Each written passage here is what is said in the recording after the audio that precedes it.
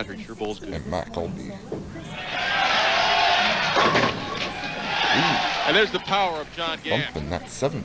Wow. Just a strength player. Watch the ball come into the pocket. 5-pin goes to the sideboard. Bang! Here comes the messenger. 3-pound, 10-ounce Brunswick Pro Pins had little chance as Mike Aulby gets ready for his first shot on lane 40. From Indianapolis.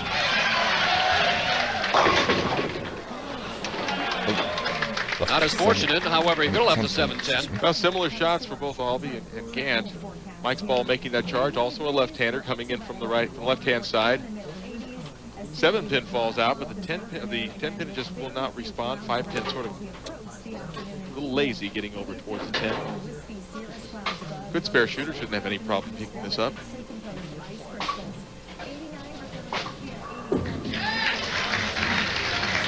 You called it, so Mike Aulby with a spare in the opening frame, and John Gant with a strike.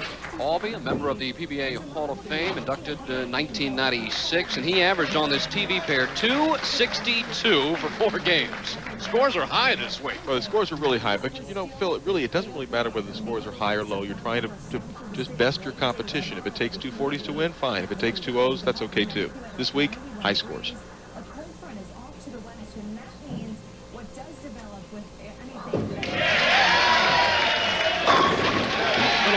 Rotation, ball rotation on that shot, and a big strike for Aulby in the second frame. Well, the main difference between Mike Aulby and John Gant is the speed at which they throw their balls. Gant likes to throw the ball hard with a lot of good firm roll. Aulby the slower speed.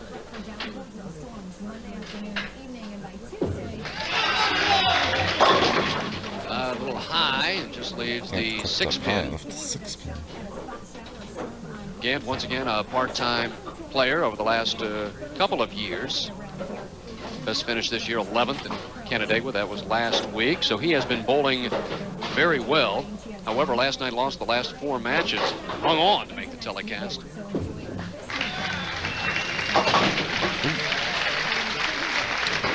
And each of the players have a strike and a spare. Lane 39 yielding all strikes, and 40 so far to a couple of spares.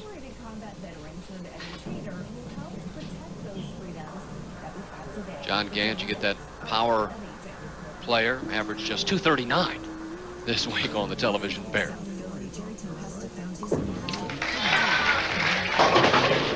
Now it's a 7-10 in that third frame. Well, ball was right off his hand, did not get the proper release. Leaves himself with a 7-10. Ball just was right off his hand, did not get the ball down the lane. And he gets the 6-pin to fall, but the 7-10 stands. All he can do is try and bounce it out. Takes the count, and he goes down by 13 pins. I've always said, Phil, I've always said that Mike Aulby was the most opportunistic player on the Pro Bowlers Tour. When he gets a chance to put the hurt on his opposition, he does it. I really think he'll strike here to take a 23-pin lead.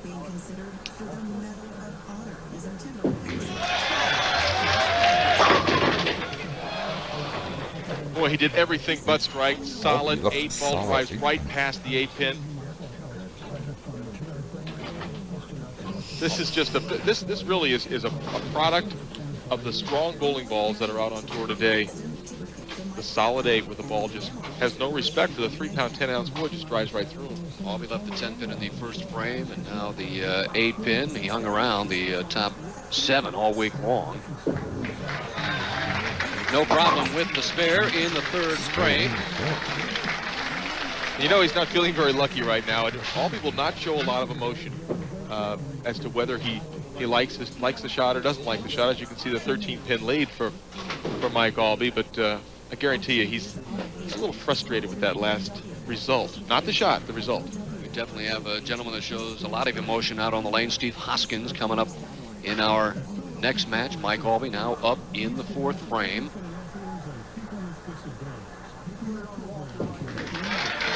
More speed. Ball came in light. You know, sometimes you make a subconscious adjustment for the shot on the other lane. On lane 40, he leaves a solid 8. Wants to make sure the ball gets down the lane far enough on lane 39 squirts the ball off his hand with a little extra speed. The ball doesn't quite get up to the pocket. Spare ball. Leaves the 7-pin. That is a spare ball. That's a polyester ball. Doesn't have a lot of friction. And he picked up that 7-pin spare, no problem with that ball. So Mike Aulby, spare, strike, and a couple of spares. However, he is on top by 12 pins over John Gant here in the Greater Detroit Open. And we're back here in Taylor, Michigan. John Gant with some work to do. He trails by 12 pins, heading into the 4th frame. Oops, Gant not wasting time. Setting it right in there. Gant a big strike in the 4th. Maybe a chance to collect his thoughts. John was sitting for a couple of minutes, and well, this is the lane he needs to get honed in on. Lane 39, get that first double. As you can see, Gant very, very consistent. Never lower than, well, he finished 5th. That was as low as he got the entire tournament.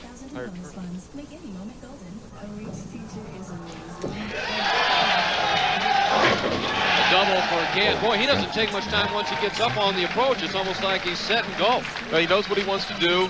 Doesn't take a lot of time, as you said, Phil. This ball's going to come in from the left-hand side, just race back. That's the shot that he wants to hit there. He wants to use that power. Doesn't show a lot of emotion, but trust me, he was very pleased with that.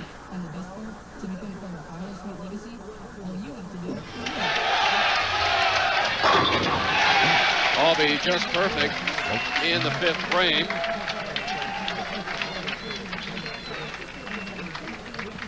Mike Aulby trying to rev his engine right now, looking for a double.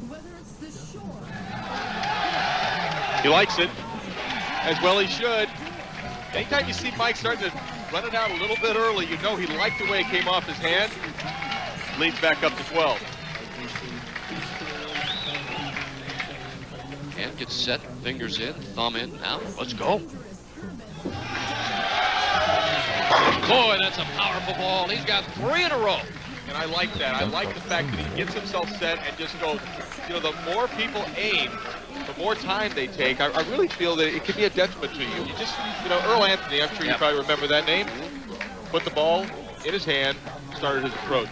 Yeah, he said if you're not, don't know what you're doing before you get on the approach, you know, you're not going to figure it out standing there. Good point. Gant with 4 in a row. Oh, we got a match here in the Greater Detroit Open. Gant and Aulby striking. Aulby down by 8.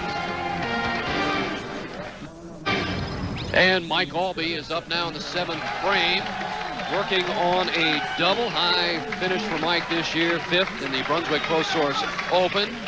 Lost to Rick Lawrence, and Rick went on to win that tournament. One of several first-time winners on the Pro Bowlers Tour. In fact, we've had 6 so far this year. Dave Wadka looking to make it 7.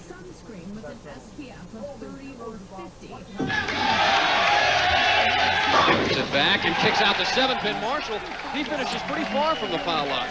Well, he does. He gets that, and that gives his ball an opportunity to catch a little more roll. You see it going down the lane.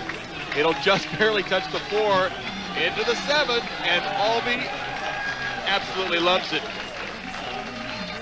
2-pin advantage for Aulby up in the 8th frame. I'm sure his wife Tammy watching at home, along with CJ. And you know, CJ loves hockey.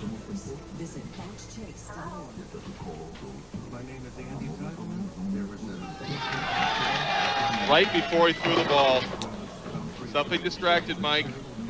Left to 3-9. And I know what it was. You know, they asked the people to, you know, to have a good time, make some noise, root for the people. But when the guy is actually throwing the ball, they want it quiet. As Mike throws this ball on lane 39, right when he gets to the release point, noise, and it distracted him. Ball comes in light, leaves it 3-9. Difficult spare. Yes, he needs to make sure the ball carries both the 3 and into the 9 pin. To stay in the match, and he does it in the 8th frame. You've been distracted a few times. Yeah, but I was never that polite about it. You went over to some of the fans and just told them. John Gant up in the 8th frame. He's working on 4 in a row.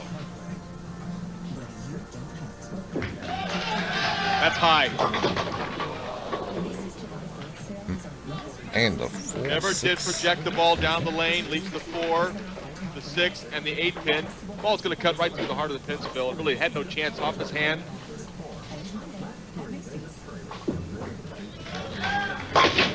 He takes the count. The match was even going into that frame, and right now with Mike Aulby sitting on the bench, leads up to 15. Through 8 frames. Gant up in the 9th. Finished 11th last week in Canandaigua.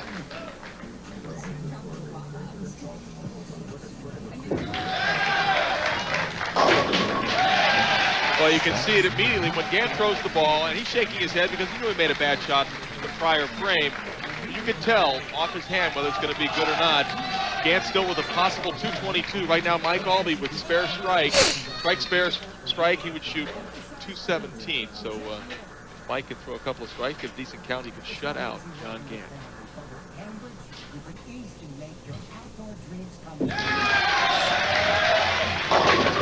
Picks out the 10, little loft on the ball, delayed the roll, and on the back end comes Storman back, and he in charge by 15.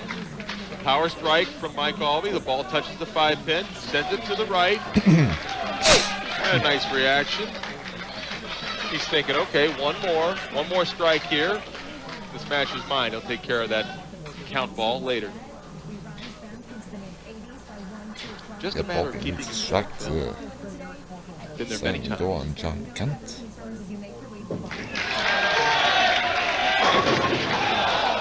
Not over.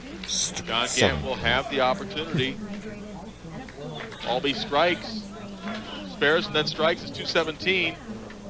John Gant contemplating what still might be. Take a look at the decorative spare ball of Mike Aulby. That's 7 pin, able to make it. Oh, he looks back like, hey, I had it all away. That's sweet. That's sweet. Wow, that just barely hung on. Come on, ball, I can do it. yeah, we're in Michigan here. So it looks like kind of like a Wolverine's helmet.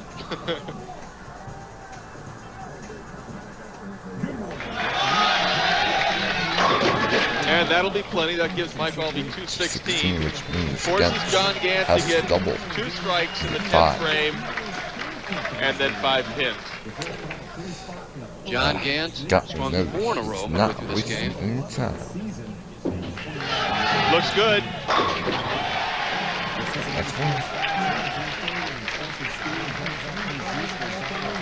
So Marshall, once again, one more here. One more shot, just like the last one. John Gant, the opportunity to go to the next match against Steve Hoskins. Must check for the win. That's high. Oh, he called it and left it too So easily seen from the delivery of John Gant. Maybe he rushed himself a little bit on that shot. The ball was right off his hand, and Mike Aulby, I'll say it now, fortunate to get into the next match. You caught that right off his hand. Well, for some reason, it's very easy to see John Gant's delivery and watch his motion. You can tell when it's going to be a good shot